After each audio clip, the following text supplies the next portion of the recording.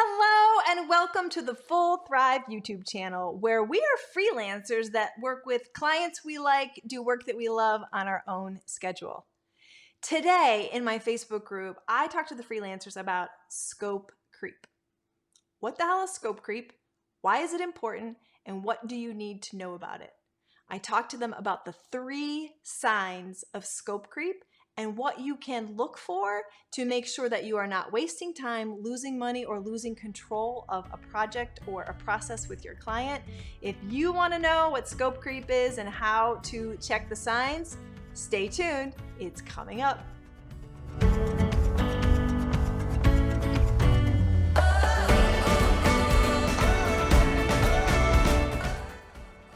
Handling scope creep.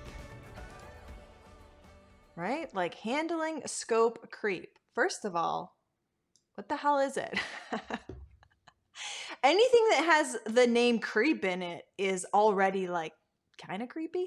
So I want to just cover that a little bit. And if you are on the call today and you're like, I don't know what this is, that's okay. You're still in the right place. If you're new to freelancing, you may not have this term or this terminology, and that's okay. So we're going to cover what scope creep is, so don't disappear if you're like, I don't even know what this is. In fact, I think this is an incredibly important conversation for any freelancer who is trying to manage clients' expectations. All right. Let's get to the point of understanding what it is and why it's important to understand this. Okay? So in our live training today, I'm going to cover that. We're going to talk about what it is. I'm going to help you see the 3 signs to look for to go, oh, that's what's happening in my business. That's why I'm frustrated. I'm going to give you 3 simple responses you can choose from. There's pretty much only 3, so this will be easy. And I'm going to talk you through the 3 ways to even avoid it. We in our business very, very rarely deal with scope creep anymore.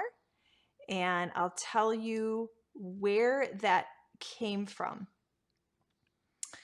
Anytime in my business that I felt there was a friction, a point of friction where I'm like, oh, that didn't go the way I wanted. Oh, I don't like that. Or, oh, that's not fair. Or, oh, those clients. Or I stop and I say, hold up. Wait.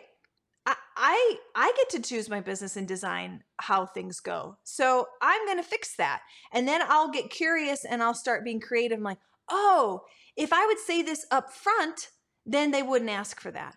Oh, if I send them an agenda, they won't go, where are we at? I'm like, well, I want to talk about this today. Like almost all of this can be handled with better communication and managing all the things. So what I want to do is I want to help shift your perspective. In just a few minutes, I want to help you go, oh, I didn't see it that way. Because you are not a victim, you are not a martyr, and the client is not in control. You are in control. If there is something you don't like, you have the responsibility and the opportunity to change it. Did you hear that? Somebody needed to hear that. And that goes for your health, your finances, your parenting, your relationships too. That one's for free. Okay? All right, let's click in here.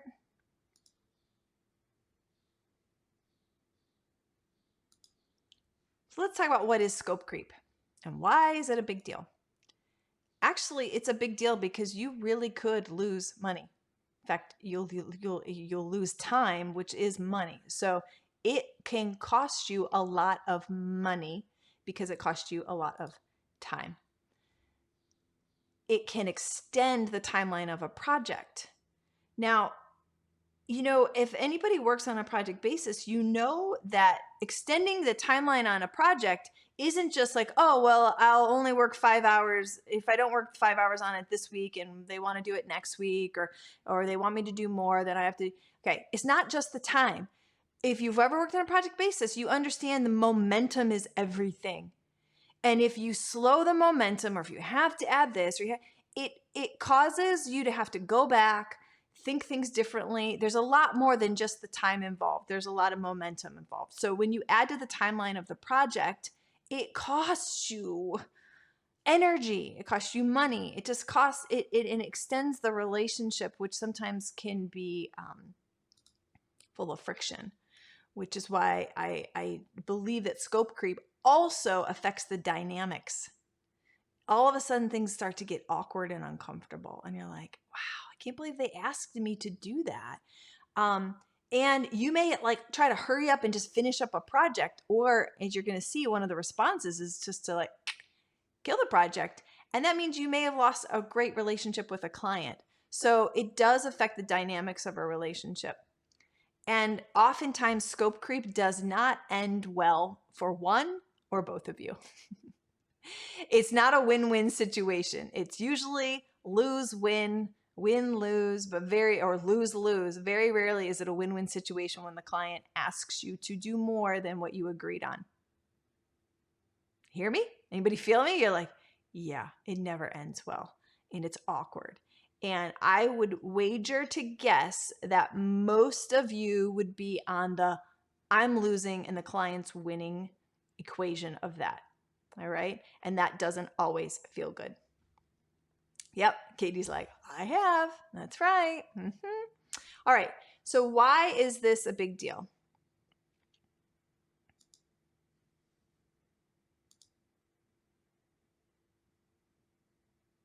So we're going to talk about 3 signs of scope creep that will help you go, oh, yes, that is what's actually happening in my business. All right, here's some things you can look for. If you've been in freelancing for a while, these are going to be pretty obvious, right? And the client's like, oh, could you just help me with just one more thing? And my favorite part of this is the just. Even when I do like proposals for clients or they ask for things, as soon as they use the word just or only, I'm like, oh, little red flag. It doesn't mean I don't work with them, but I'm like, oh, I'm on to you. You're one of those just people. Just one more thing. Could you take a look at this? So I'll give you an example in my business. We'll write website copy for clients. As you know, if you know me long enough, I'm a copywriter, website copywriter. And then they'll say, oh, could you help me with my LinkedIn profile? What should I say on my LinkedIn profile? That counts as scope creep. And I'm not going to tell you how I answered that just yet, but that is an example of, right? Or perhaps you do social media and you write the captions and they go, oh, could you pick a photo for me? Could you go get the photo or could you create one? You're like, hold up. I don't do that. Yes, I can, but that's not what we agreed on. So they asked for just like one more thing. Would you mind? Right. When you're in agreement and you have confirmation about what you're doing, you don't have to like tiptoe around them. Would you mind? Could you this? Right. So they'll come at you that way. Do you mind? If the project's running over time, there's probably scope creep. I'm not saying that's the only reason, because sometimes you may not manage the time well. The client might just be off on their timing.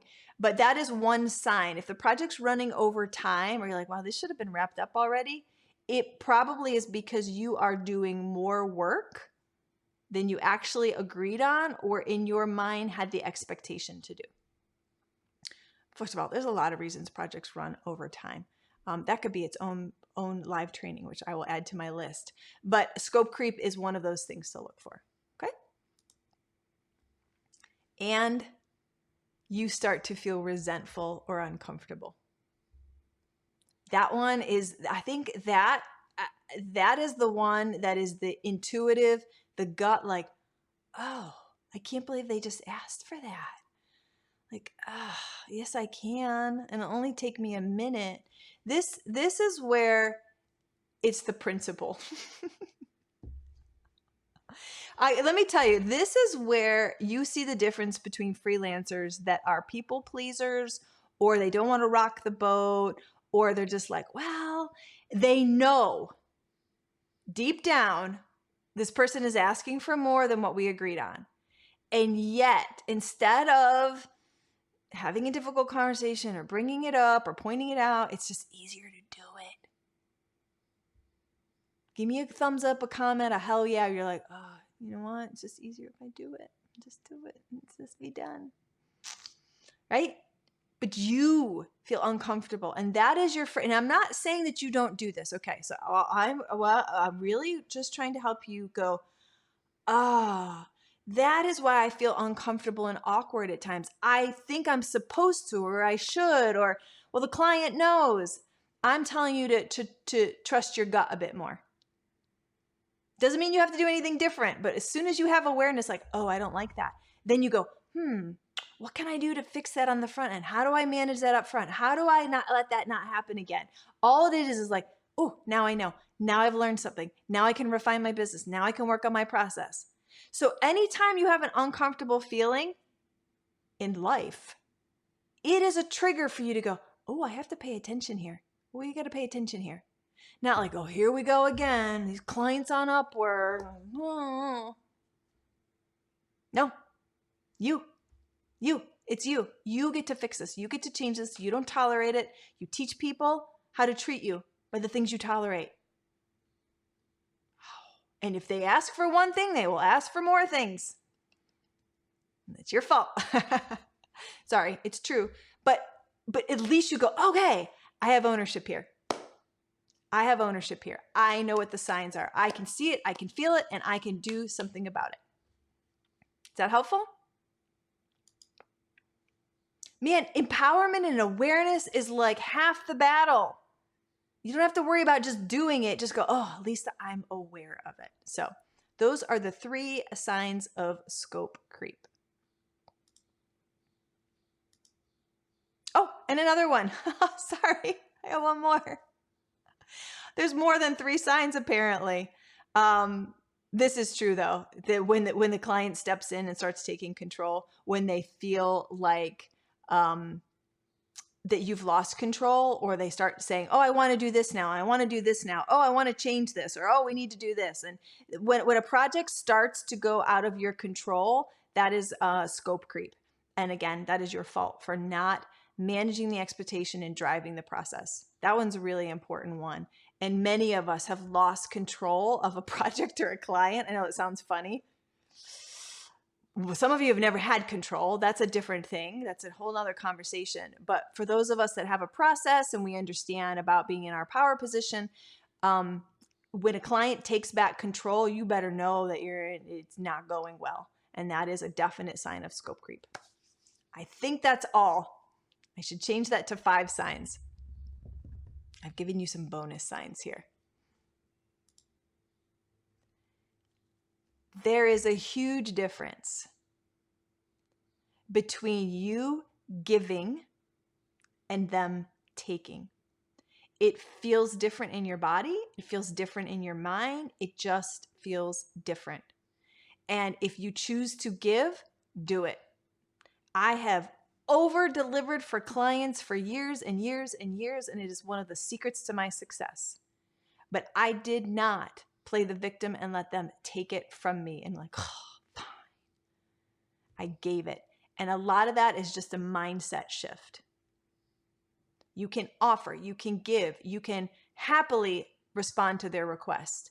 But the minute you reply and say yes to something you don't want to do, they are taking and you are allowing them to take. Understand there's a difference and you get to choose.